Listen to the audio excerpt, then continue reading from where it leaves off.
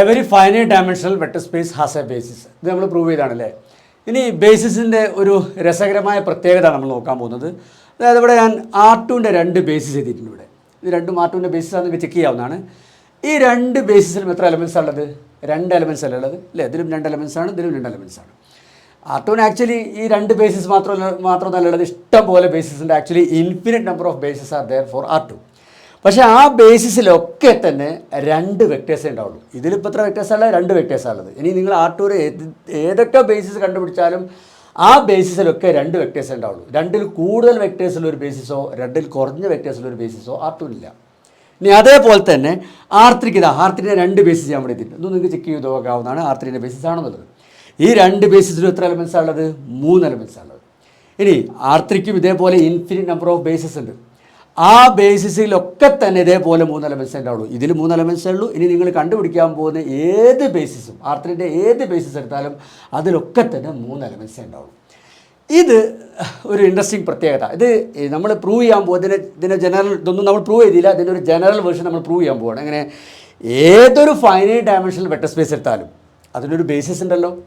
ഇനി ആ finite dimensional vector സ്പേസിൻ്റെ ഒരു ബേസിസിൽ n എലമെൻറ്റ്സ് ഉണ്ടെങ്കിൽ, ഇവിടെ ഇപ്പോൾ ഇതിൻ്റെ ഒരു ബേസിസിൽ 2 എലമെൻറ്റ്സ് ഉണ്ടെന്ന് പറഞ്ഞ മാതിരി അതിൻ്റെ ഒരു ബേസിസിൽ n എലമെൻറ്റ്സ് ഉണ്ടെങ്കിൽ അതിൻ്റെ മറ്റെല്ലാ ബേസിസിലും n എലമെൻറ്റ്സ് ഉണ്ടാവുള്ളൂ. ഇവിടെ ഇപ്പോൾ 2 എലമെൻറ്റ്സ് ആണ്, അപ്പോൾ ഇതിൻ്റെ മറ്റെല്ലാ ബേസിസിലും 2 എലമെൻറ്റ്സ്.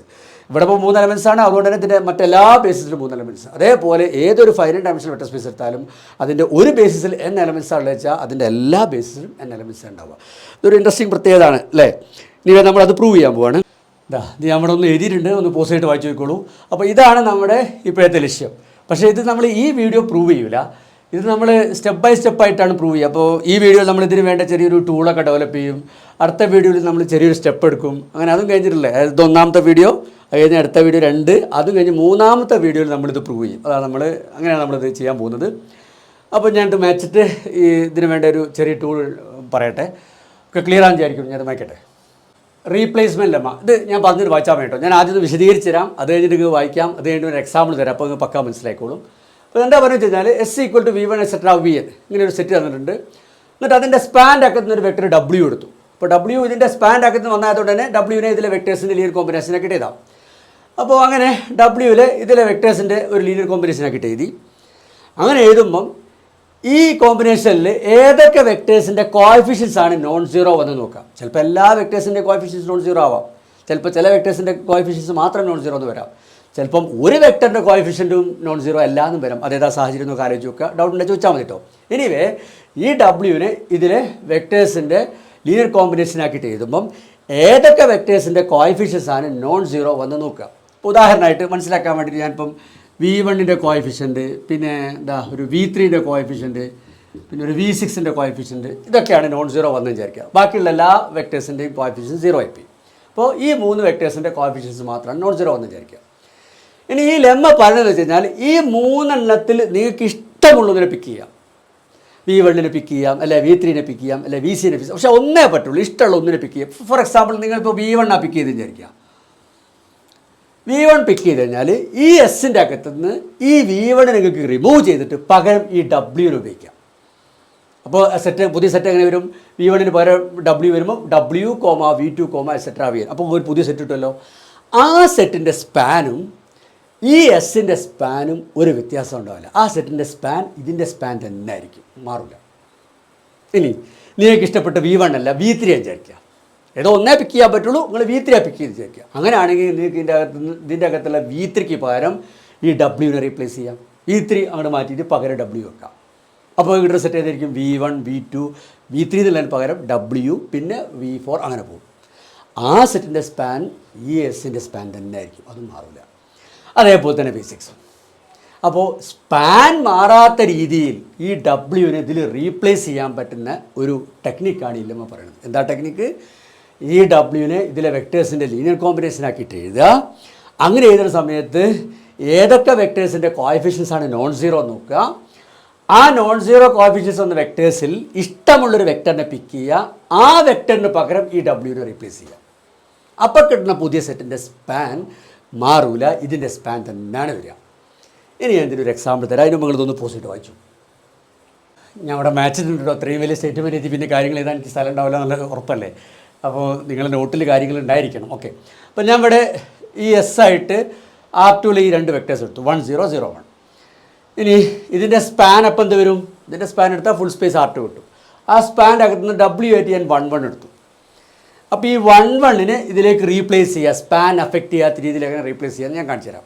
അപ്പോൾ അതിന് വേണം ഈ 1 1നെ ഇതിലെ വെക്ടേഴ്സിൻ്റെ ലീനിയർ കോമ്പിനേഷൻ ആക്കിയിട്ട് എഴുതണം. അതെങ്ങനെ എഴുതാം? ഇതിന് ഈസി ആയിട്ട് 1 1 ഈക്വൽ ടു ഇതിനൊരു പ്രാവശ്യം എടുക്കുക 1 times 1 0 പ്ലസ് 1 times 0 1 ഇങ്ങനെ എഴുതിക്കൂടെ? ഇങ്ങനെ എഴുതാം അല്ലേ? ഇതിനെന്താ പറഞ്ഞത്? നിങ്ങൾ നോട്ടിൽ എഴുതിയിട്ടുണ്ടാവുമല്ലോ.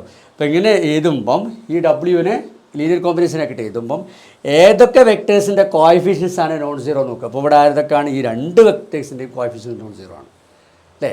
അപ്പോൾ ഞാൻ ഇവിടെ മാറ്റി എഴുതാം. 1 0ൻ്റെയും കോഎഫിഷ്യൻറ്റ് നോൺ സീറോ ആണ്, 0 1ൻ്റെയും കോഎഫിഷ്യൻറ്റ് നോൺ സീറോ ആണ്. അപ്പോൾ ഇതിൽ ഇഷ്ടമുള്ള ഒരു വെക്ടർ പിക്ക് ചെയ്തിട്ട് അതിന് പകരം ഇതിനകത്ത് ഒഴിവാക്കിയിട്ട് പകരം ഇത് ഉപയോഗിച്ചാലും സ്പാനിൽ ഒരു വ്യത്യാസം ഉണ്ടാവില്ല എന്ന് പറഞ്ഞു. അപ്പോൾ ഞാൻ അങ്ങനെയാണെങ്കിൽ ഞാൻ 1 0നെ പിക്ക് ചെയ്യട്ടെ. എന്നിട്ട് ഇതിൽ 1 0ന് പകരം ഞാൻ 1 1 എഴുതുമ്പോൾ പുതിയ സെറ്റിംഗ് ചെയ്ത് കിട്ടും 1 1, 0 1 കിട്ടും. എന്നിട്ട് ഈ ലെമ്മ പറയണത് ഇതിൻ്റെ സ്പാൻ തന്നെയാണ്. അതായത് ഇതിൻ്റെ സ്പാൻ എന്തായാലും ഫുൾ സ്പേസ് R2 ആണ്. അപ്പോൾ ഇതിൻ്റെ സ്പാനും ഫുൾ സ്പേസ് R2 എന്ന് കാണാൻ പറ്റും.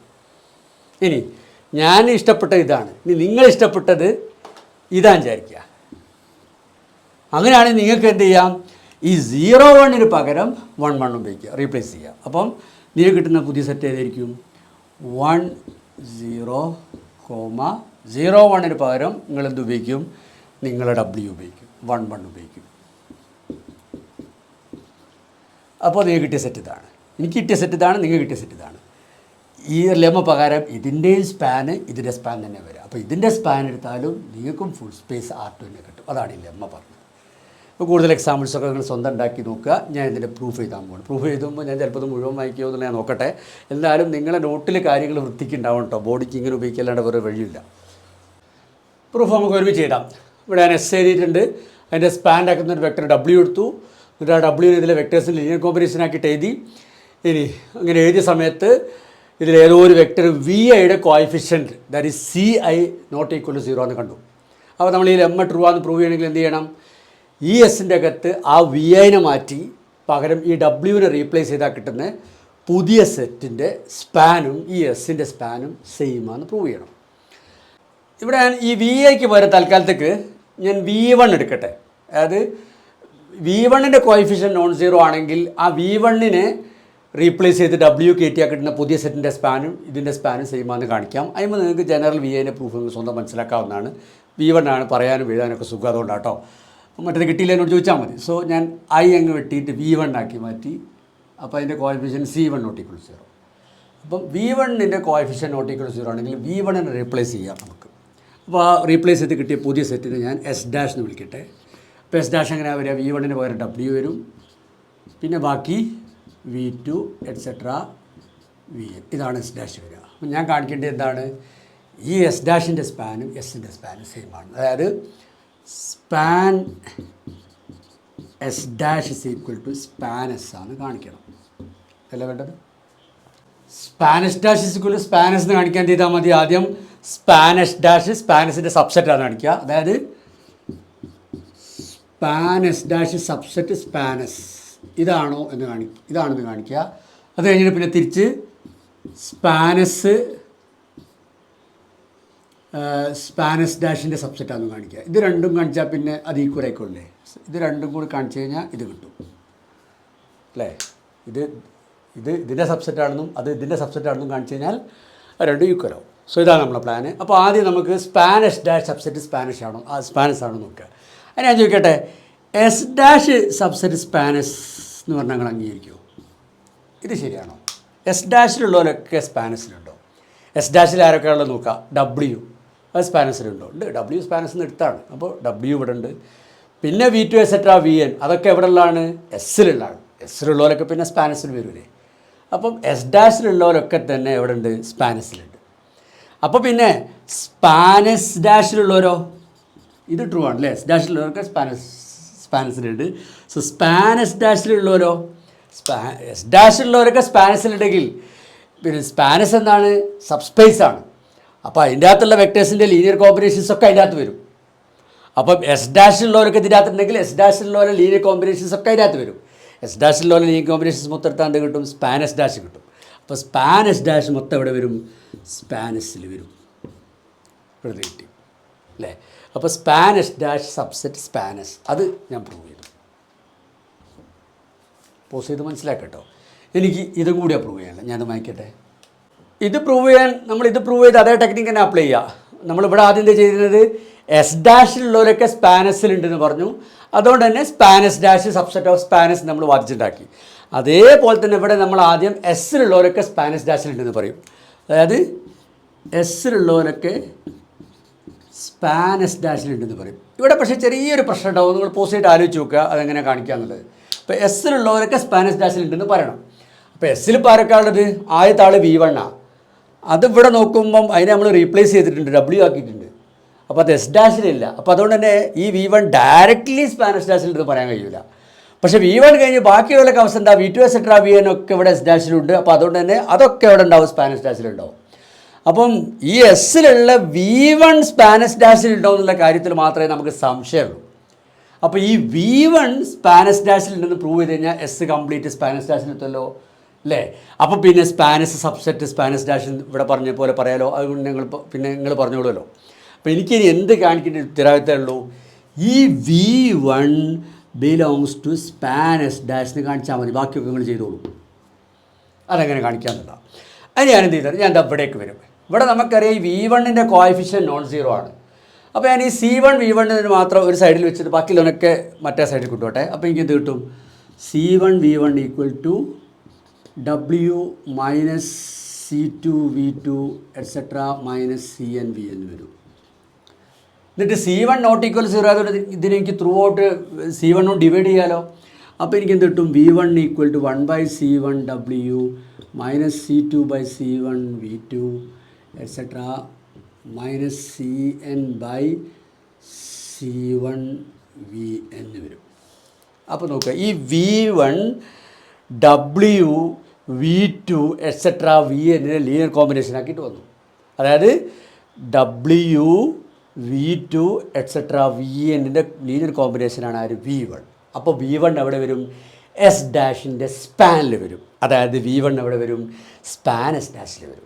അപ്പോൾ ഈ V1നെ സ്പാനസ് ഡാഷിൽ ഞാൻ എത്തിച്ചെന്നു. ബാക്കിയുള്ളവരൊക്കെ ഓൾറെഡി ഉണ്ട്. ഇനി പ്രൂഫ് കംപ്ലീറ്റ് ചെയ്യാൻ അറിയാലോ. അപ്പോൾ എസ് മൊത്തം സ്പാനസ് ഡാഷിലെത്തി. അപ്പോൾ അതുകൊണ്ട് തന്നെ സ്പാനസ് സബ്സെറ്റ് സ്പാനസ് ഡാഷായി. അപ്പോൾ ഇത് അങ്ങോട്ടും ഇങ്ങോട്ടുമൊക്കെ സബ്സെറ്റ് ആയതുകൊണ്ട് തന്നെ സ്പാനസ് ഡാഷ് ഇസിക്വൽ സ്പാനസ്. അപ്പം ഇവിടെ ഈ V1ൻ്റെ കോഎഫിഷ്യൻ നോൺ സീറോ ആണെങ്കിൽ ആ V1നെ റീപ്ലേസ് ചെയ്ത് W കയറ്റി കഴിഞ്ഞാൽ സ്പാനിൽ വ്യത്യാസം ഉണ്ടാവില്ല എന്ന് പറഞ്ഞു. ഇതേപോലെ V2ൻ്റെ കോഎഫിഷ്യൻ നോൺ സീറോ ആണെങ്കിലും ചെയ്യാം. ജനറലി ഏത് VNൻ്റെ കോഎഫിഷ്യൻ നോൺ സീറോ ആണെങ്കിലും അതിനെ റീപ്ലേസ് ചെയ്താൽ സ്പാനിൽ മാറും. ഒരു സ്പാനിലൊരു വ്യത്യാസം ഉണ്ടാവില്ല. അത് നിങ്ങൾക്ക് കാണിക്കാൻ പറ്റും. ഡൗട്ടുകളൊക്കെ സ്വാഭാവികമാണ്. ഒക്കെ ചോദിക്കാം കേട്ടോ. അടുത്ത വീഡിയോ കാണാം.